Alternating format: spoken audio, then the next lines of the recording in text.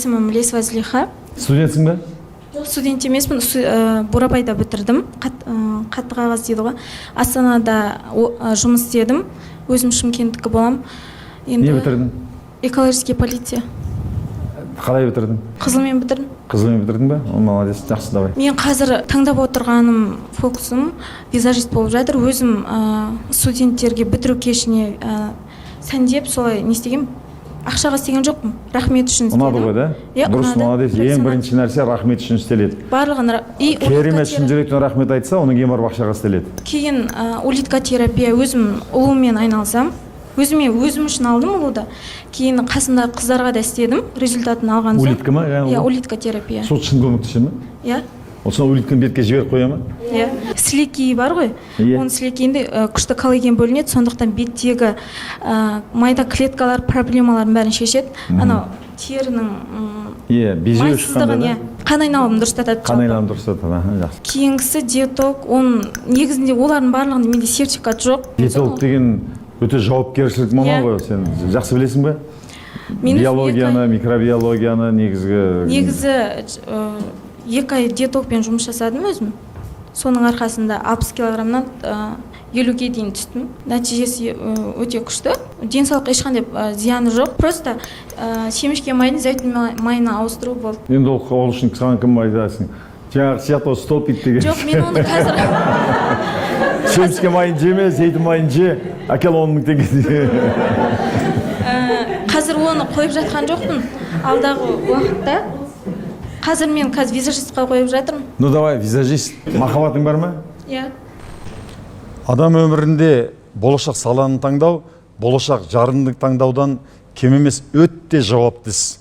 Егер сіз қай кәсіпті, қай саланы таңдауды білмей басыңыз қатып жүрсе, төмендегі сілтемемен кіріп, осы видеоны көріп шықсаңыз, көптеген сұрақтарыңызға жауап аласыз. Давай, енді екеуін салыстыр. Біліктілігін, пайдасын. Мен екеуінде пайдасы деген енді екеуі қанды көл ғой, да? Конкуренция страшная. Киттер, акулалар жүрді. Улиткотерапия средняя, улиткотерапия средняя. Ол да тірлік емес қой. Уақыт, ол таксовать еткен сияқты да, ол кім? Олан түбі табыстау емес, түбі кімдердің міндеті, түбі бизнес қою. Бизнес деген ол система. Кемінде 3 адам, 5 адам, 10 адам қойып, соң соларды ұйымдастырып, сол арқылы табыстау. Бизнес деген сол. Егер өзің барып жұмыс істесең, ол самозанятость. Өзіңді жалдадың болды. Ол өспейді ешқашан.